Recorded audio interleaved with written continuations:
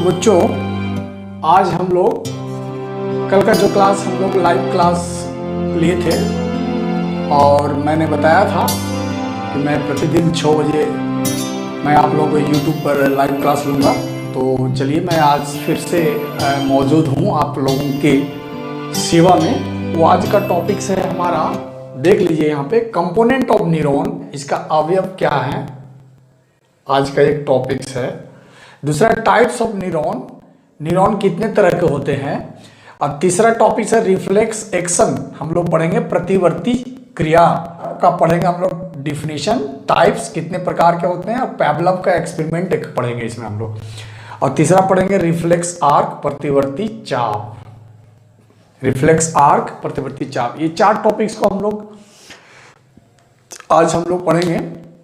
बच्चों, अगर आप लोग में किसी का भी अगर किसी प्रकार का कोई क्वेश्चंस हो या सवाल हो तो निश्चित रूप से आप कमेंट बॉक्स में आप कमेंट करके हमें बताएंगे। मैं आपका क्वेश्चंस का जवाब देने का हर संभव कोशिश करूंगा मैं। तो चलो बच्चों, आज हम लोग शुरू करते हैं। आज का जो क्लास का जो पहला टॉपिक है कंपोनेंट ऑफ न्यूरॉन। तो यहाँ पर न्यूरॉन सेल, इसको नर्व सेल भी कहते हैं। न्यूरॉन सेल का दूसरा नाम है नर्व सेल, न्यूरॉन कोशिका। न्यूरॉन कोशिका का अगर हम लोग देखें तो आप चित्र में देख सकते हो, ऊपर का बॉडी एक है, इसको सोमा या साइटोन कहते हैं, साइटॉन। और ये नीचे वाला लंबा जो ट्यूबुलर भाग एक्सॉन कहते हैं। और एक्सॉन का सबसे नीचे वाला भाग को टर्मिनल, एक्सॉन टर्मिनल कहते हैं। तो सबसे पहले देखिए, यहाँ पर हम लोग पढ़ते हैं कि इनका जो पहला कंपोनेंट है ऊपर वाला को कहते हैं हम लोग सोमा या सेल बॉडी। हम लोग कहते हैं सोमा या सेल बॉडी।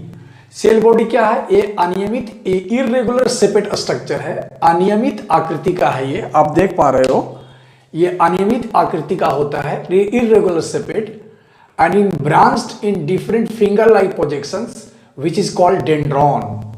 अंगुली की संरचनाएं निकलती है, इसको डेंड्रॉन कहते हैं। देख लो आप, डेंड्रॉन। इसके अंदर केंद्रक होता है और इसके अंदर होता है दानेदार रचनाएं, जिसको हम लोग कहते हैं निसिल्स ग्रेन्यूल्स, निसिल्स कण। और इससे भी निकलते हैं डेंड्रॉन से पतली पतली रचनाएं, जिसको हम लोग कहते हैं डेंड्राइट्स। इसका काम क्या है? ये एक्चुअली ऊपर से अगर हम लोग इसको काम अगर हम लोग देखें तो न्यूरॉन के जो सेल होते हैं एक दूसरे न्यूरॉन से ये जुड़ जाते हैं। और मान लो या एंडिंग, मान लो इसकी स्किन में जाकर के या ग्लैंड में जाकर के या मसल्स में जाके एंड करते हैं। तो एंड करते हैं, तो एंड करने के बाद वहां पर कोई दूसरे रिसेप्टर सेल्स का जो होता है उसका एंडिंग से ये कांटेक्ट में आते हैं। रिसेप्टर सेल मतलब ग्राहक कोशिकाओं के कांटेक्ट में आते हैं, तो वहां से या तो फिर दूसरे न्यूरॉन से जुड़े रहते हैं। तो दूसरे न्यूरॉन का क्या होगा? दूसरे न्यूरॉन का जो ये पिछला भाग होता है, दूसरे न्यूरॉन, मान लो ऊपर से एक न्यूरॉन ये डिवाइड करके इससे कांटेक्ट में आ गया, दूसरे न्यूरॉन का भाग जो है डिवाइड करके इससे ब्रांच में, एक्सॉन टर्मिनल जिसको कहते हैं। आपको इस न्यूरॉन का निचला भाग को क्या कहते हैं? Axon terminal. एक्सॉन टर्मिनल जो है इससे जुड़ा हुआ। आप नीचे में देख सकते हो चित्र में कैसे मैंने बताया है। यहाँ पर देख सकते हो कि ऊपर में ये एक न्यूरॉन का दूसरा भाग, एक न्यूरॉन का निचला हिस्सा यानी एक्सॉन टर्मिनल दूसरे न्यूरॉन को ऊपर वाला भाग के डेंड्राइट से किस तरह से जुड़ा हुआ है आप देख रहे हो, उस तरह से यहाँ भी जुड़ा रहता है। इस तरह से जुड़ने के बाद में एक नर्व फाइबर का निर्माण होता है। तो देखो बच्चों, हम लोग नेक्स्ट पढ़ेंगे हम लोग एक्सॉन। तो इसका काम क्या हुआ कि वो रिसेप्टर से इंपल्स यानी कि संवेदनाओं को ग्रहण करता है और ये डेंड्रॉन के माध्यम से, डेंड्राइट से डेंड्रॉन के माध्यम से न्यूक्लियस से पहुंचता है और न्यूक्लियस से फिर एक्सॉन, एक्सॉन से एक्सॉन टर्मिनल। इस तरह से ये नर्व के द्वारा ये शरीर के किसी भी रिसेप्टर ग्राही अंग से ग्रहण करने के बाद सेंट्रल नर्वस सिस्टम में यानी ब्रेन और स्पाइनल कॉर्ड में पहुंचा दिया जाता है। तो चलो हम लोग नेक्स्ट पढ़ते हैं एक्सॉन। देखो, इसका साइटॉन का निचला हिस्सा ये लंबा जो देख रहे हो, ये लॉन्ग लंबा है, ट्यूब लाइक स्ट्रक्चर है, लंबा है, ट्यूब लाइक स्ट्रक्चर है, ट्यूब जैसा देखने में होता है। और ये कैरी करता है impulse from soma to axon. और ये क्या करता है? ये सोमा बॉडी से ये इंपल्स को ग्रहण करके फिर पहुंचाता है दूसरे न्यूरॉन में। देखो, इसके बाद नेक्स्ट पॉइंट है माइलिन शीथ। आप देख रहे हो कि ये एक्सॉन जो ट्यूब जैसी रचना जो गई है उसके ऊपर एक कवर, एक ब्लू रंग का आप देख रहे हो, एक कवर यहाँ पर देखने को मिल रहा होगा आपको। तो ये जो एक्सान गया है लंबा ट्यूब जैसी नली, उसके ऊपर एक कवर आपको ब्लू रंग का देखने मिल रहा है, ये माइलिन शीथ। ये जो माइलिन शीथ है, तो ये माइलिन शीथ क्या है, ये कवर है। ये खास करके सेंट्रल नर्वस सिस्टम में देखने को मिलता है। सेंट्रल नर्वस सिस्टम में neuron of CNS covered by fatty material.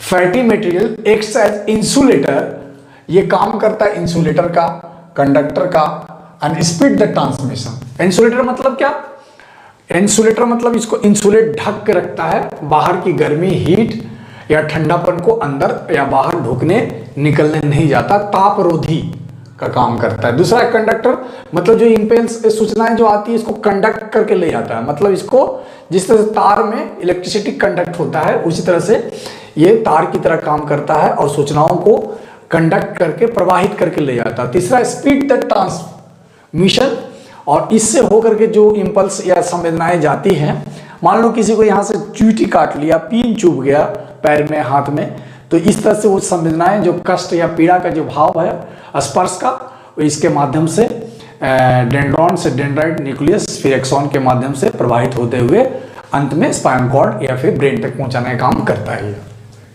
Next हम पढ़ेंगे नोड ऑफ रेनवियर। आप देख रहे हो कि ये जो माइलिन शीथ का जो कवर है, ये जो माइलिन शीथ का जो यहाँ पे आपको कवर देखने मिल रहा है, माइलिन शीथ का जो कवर है, ब्लू रंग का कवर यहाँ देखने को मिल रहा है, ये इसके ऊपर में ये माइलिन शीथ का कवर जो है बीच बीच में संकुचित हो गया है, पूरे एक्सॉन के ऊपर देखने को नहीं मिल रहा है। देखिए यहाँ पे नहीं है, फिर यहाँ नहीं है, यहाँ नहीं है, तो ये माइलिन शीथ का कवर बीच बीच में पीरियोडिक माइलिन शीथ का गैप मिलता है, periodic gap of myelin sheath. Myelin sheath जो बाहर का जो कवर है माइलिन शीथ ब्लू रंग का, वो बीच बीच में कवर का गैप आ जाता है, जिसको कहते हैं node of Ranvier, where signal recharge. इसका काम क्या है, यहाँ पर देख लो, सिग्नल को रिचार्ज कर देता है। इसका काम क्या है, सिग्नल को रिचार्ज करता है। जिस तरह से आपका मोबाइल डिस्चार्ज होता है तो आप चार्ज में लगाते हो, तो ये सिग्नल कोई भी आता है तो वो सिग्नल चलते चलते वो डिस्चार्ज हो जाता है, इसलिए इस जगह पे आने के बाद में नोड ऑफ रेनवियर फिर से चार्ज होता है और सिग्नल आगे की ओर तेजी से बढ़ता है। नेक्स्ट हम लोग पढ़ेंगे ग्लियल सेल। तो ग्लियल सेल एक्चुअली इसमें आप कहीं देख नहीं पा रहे हो, तो आपको एक सवाल उठता है कि सर ग्लियल सेल होता कहाँ पे है। तो एक्चुअली जो न्यूरॉन के आसपास ही ये होता है।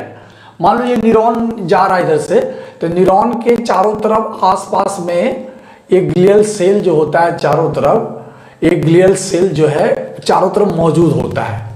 तो ये न्यूरॉन जब जा रहा है तो उसके बीच में साइड से ये कवर करके उसको ढक के रखता है, सपोर्ट करता है ये ग्लियल सेल।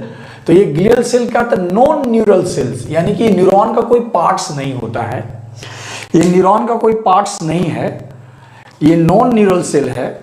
और ये सपोर्ट न्यूरॉन देख रहे हो चारों तरफ से, अगर एक ग्लियल सेल अगर आ जाता है तो न्यूरॉन को क्या करेगा, चारों तरफ से सपोर्ट करेगा, नहीं तो ये खाली जगह में इधर उधर क्या हो सकता है, भाग सकता है। तो इसको सपोर्ट करता है न्यूरॉन्स को, और क्या करता है, न्यूट्रिएंट देता है, खाने पीने का भोजन सामग्री, ऑक्सीजन और न्यूट्रिएंट भोजन प्रदान करता है, इंसुलेशन भी करता है इसको, तापरोधी, एंड रिमूव पैथोजेंस। और इसके अंदर में किसी भी तरह का अगर पैथोजेंस आ जाता है, पैथोजेंस मतलब रोग बीमारी पैदा करने वाली कोई भी अगर कीटाणु बैक्टीरिया वायरस आता है तो उसको भी रिमूव करने का काम करता है ग्लियल सेल्स।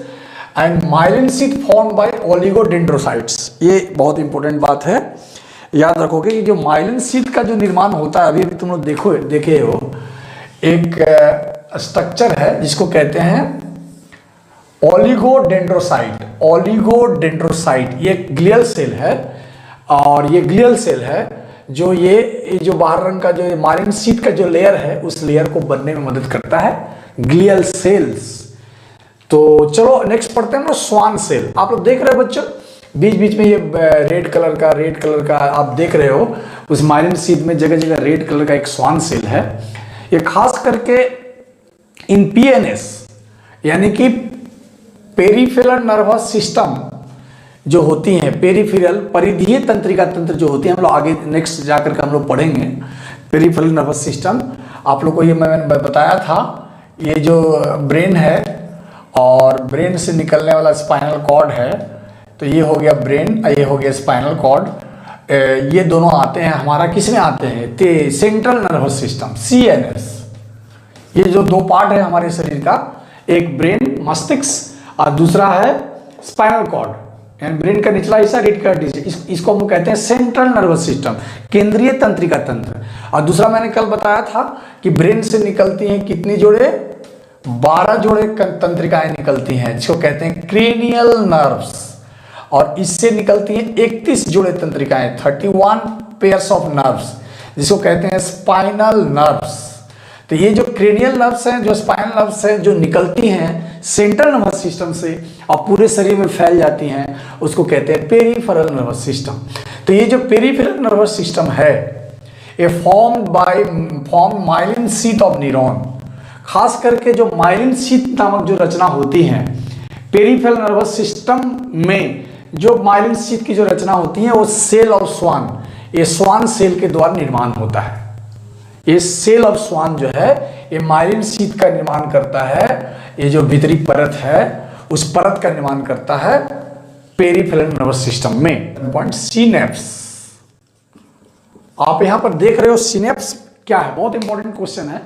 आप देख रहे हो एक न्यूरॉन्स का एंडिंग जब खत्म होता है, देख रहे हो ब्रांच की तरह, जड़ की तरह रचनाएं हुए खत्म होता है, एक्सॉन टर्मिनल कहते हैं जिसको, और एक्सॉन टर्मिनल से देखो फिर दूसरा न्यूरॉन यहां शुरू हुआ और दूसरा न्यूरॉन का ऊपर वाला जो साइटॉन से निकलने वाला डेंड्रॉन और डेंड्राइट्स वाला जो हिस्सा है इससे आके जुड़ जाता है।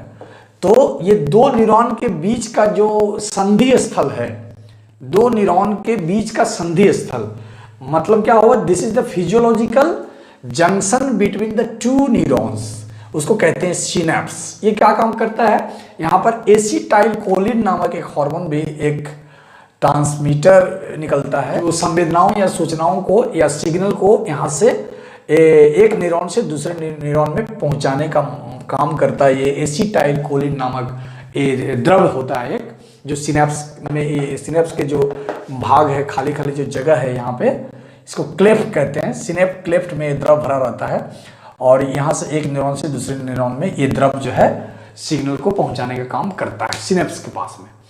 तो हम लोग प्राय कंपोनेंट ऑफ न्यूरॉन पढ़ चुके हैं और हम लोग आगे बढ़ते हैं। इसके बाद हम लोग इसके बाद पढ़ेंगे टाइप्स ऑफ न्यूरॉन। तो न्यूरॉन्स पढ़ेंगे हम लोग, सेंसरी न्यूरॉन, मोटर न्यूरॉन और एडजस्टर और इंटरकनेक्टेड न्यूरॉन।